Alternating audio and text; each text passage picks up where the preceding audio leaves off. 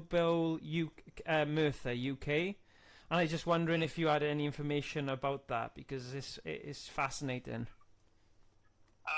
Well, I know it's the one with like it's like two pistols, Yeah, isn't it? that's the one. We used to have that. We used to have that a few weeks ago. We got rid of it recently, but I'm assuming that's why, because we used to have them here. Okay, but no, the reason I'm thinking is because they're probably all over the world now, aren't they? But was there like the first ever one or something in Merthyr, do you think, or am I just making up a story there? I'm not 100% sure, really. Would your manager know?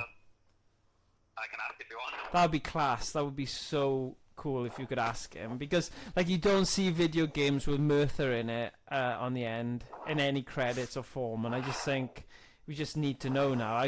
Curiosity, isn't it? You just feel like. Yeah, alright. I'll go ask now. I'll be right back. Thank you.